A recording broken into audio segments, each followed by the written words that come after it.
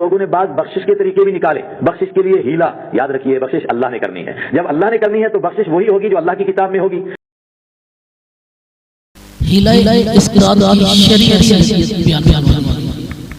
سب سے پہلے تو یہ ہیلا اور اسقاط، اس کی معنی سماعت فرمائیں.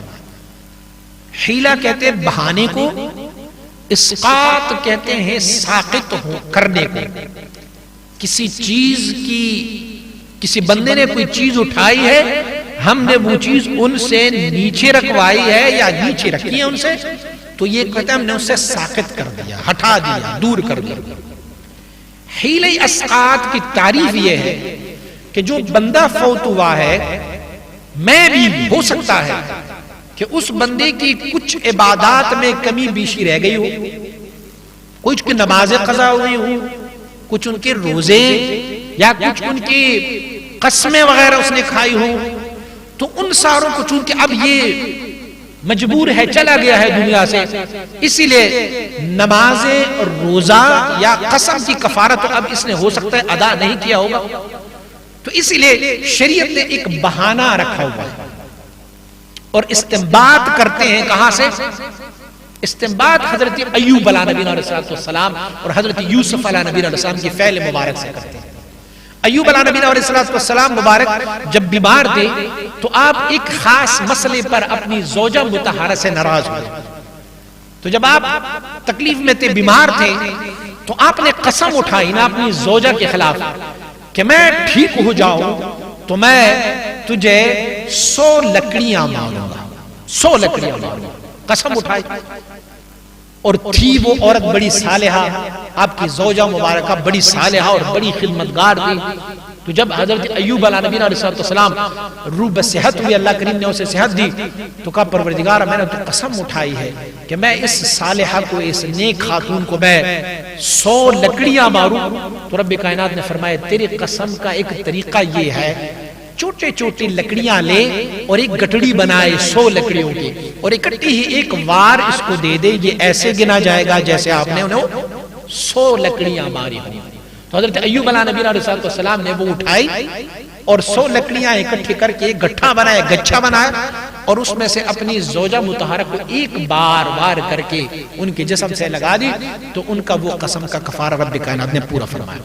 حضرت یوسف علیہ نبی علیہ السلام تھے اور آپ چاہتے تھے کہ اپنے بھائی بنیامین کو اپنے ساتھ رکھ لیں، تو حیلہ کیا بنایا، بہانہ کیا بنایا؟ آپ نے اپنا وہ کٹورا اپنی ہی ملازمین کو دیا اور فرمایا کہ ان کی سامان میں رکھ لو، بعد میں ہم اعلان کر لیں گے کہ بھئی بادشاہ کا کٹورا گم گیا ہے، اگر کسی کے پاس برآمد ہوا تو کیا ہوگا؟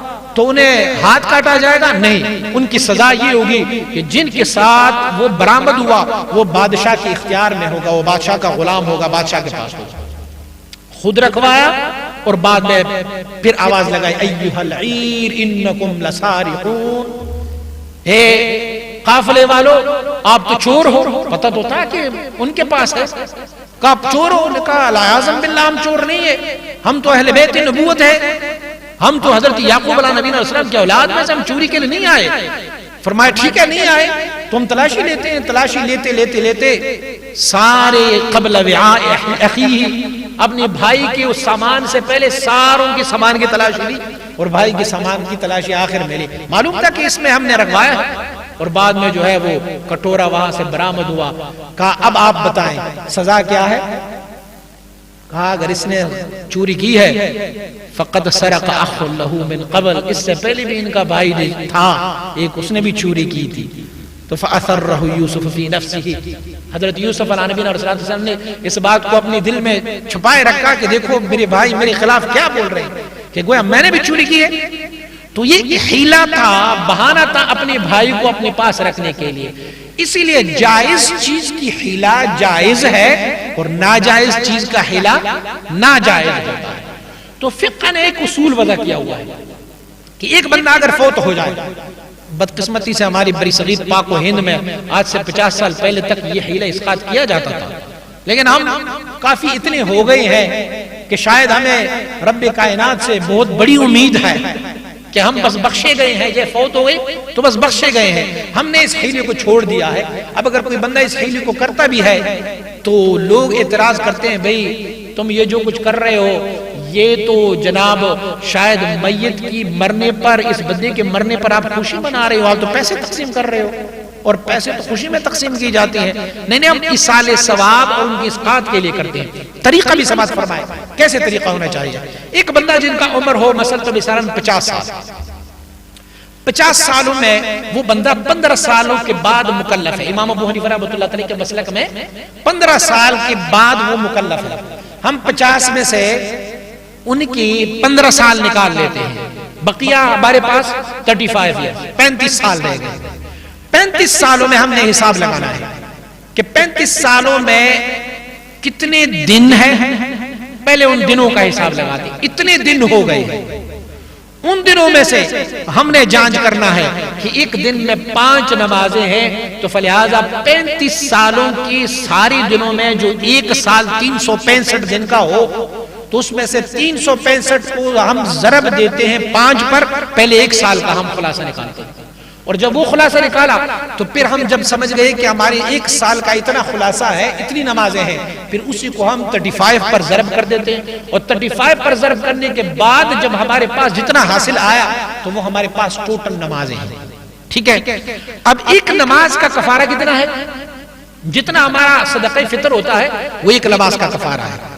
ایک بندہ اگر انتہائی اس حالت میں ہوتا ہے کہ جو اشارے سے بھی نماز نہیں پڑھ سکتا تو ان کی نماز کا کفارہ ہوتا ہے۔ ویسے روزے کا کفارہ زیادہ ہوتا ہے، نمازوں کا کفارہ کم ہے، تو اب ہم نے ان کی نماز کو فی نماز، جیسے ہمارے آج کل گزرے ہوئے عید پر 100 روپے صدقہ فطر تھا، تو ہم ایک نماز کے بدلے میں 100 روپے رکھتے ہیں۔ آپ کو معلوم ہے جب ان کی نمازوں کو ہم نے گنا ہے تو ان کی نمازیں تو 60,000 ہو گئی ہیں۔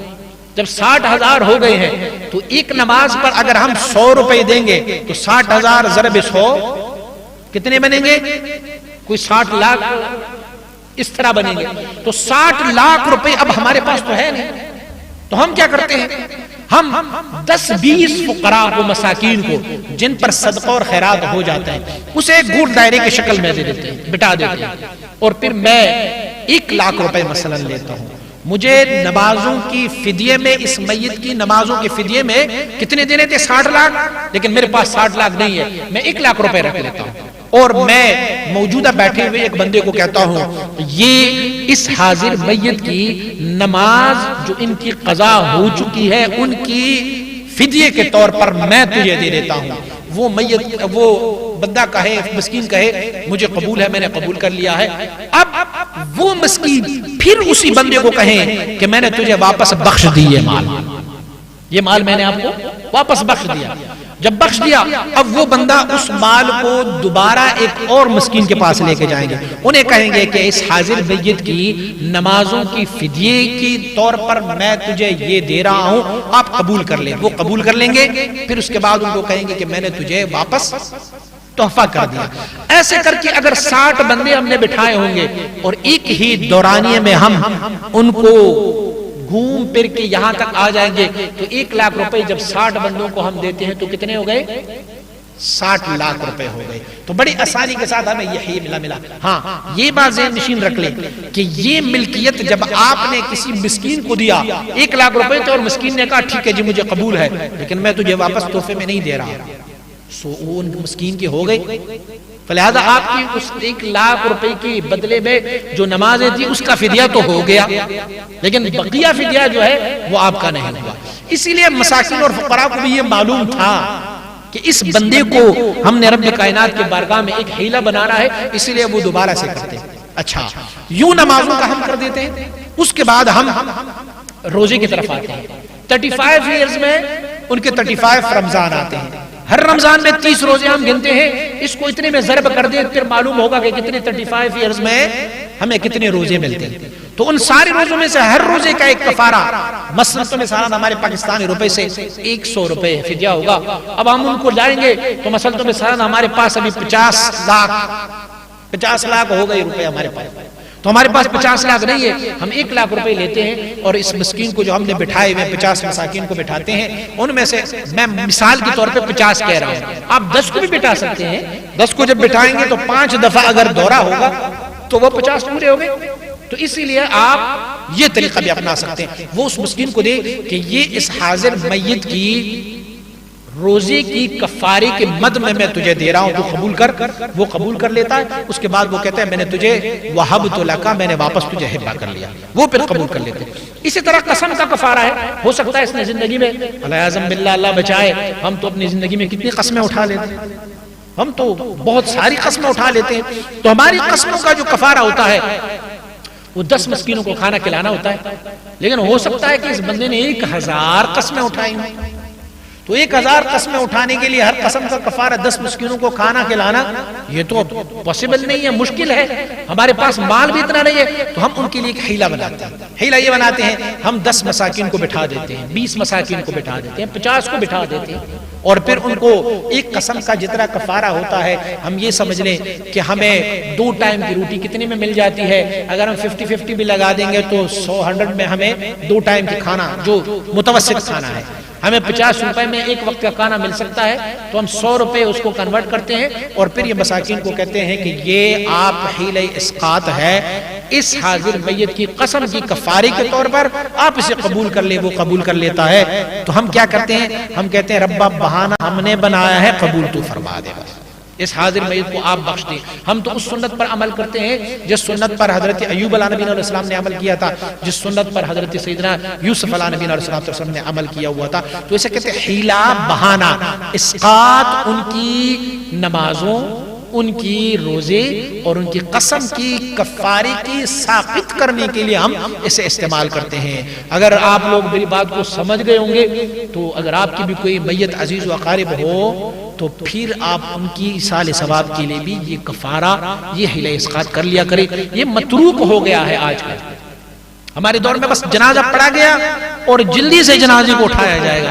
آپ اگر یہ خیبر پختونخوا میں چلے جائیں گے یا آپ اگر افغانستان کی سیریا میں چلے جائیں گے اور بغیر حیلہ اسقاط کی ہوئی کسی میت کو اٹھائیں گے تو وہ سب آپ پر ٹھپا لگائیں گے، یہ بندے جو ہے وہ کٹر غیر مقلد ہے، یہ وابی ہے۔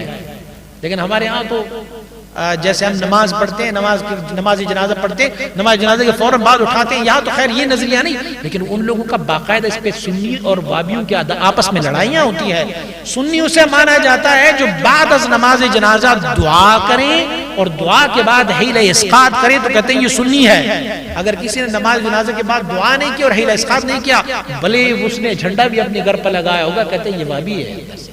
تو اسی لیے اس طریقے کو بھی اپنایا جائے کہ اس میں بھی اللہ رب العزت اس میت کو ہم ایصال ثواب کرتے ہیں نا، تو ایصال ثواب کا ایک طریقہ یہ بھی ہے، یہ بہترین طریقہ ہے، اسے اپنایا جائے۔ حضور سید مبارک صاحب علیہ الرحمہ اسی طریقے کو اپنایا کرتے ہوتے تھے، اور اللہ رب العزت کی فضل و کرم سے ان لوگوں کو بعد میں خواب میں بھی دیکھا گیا ہے کہ انہوں نے یہ خواب میں اپنے عزیز و اقارب کو کہا ہے کہ اللہ رب العزت نے ہمیں اس حیلہ اسقاط کی وجہ سے ہماری لغزشوں کو معاف فرما دیا۔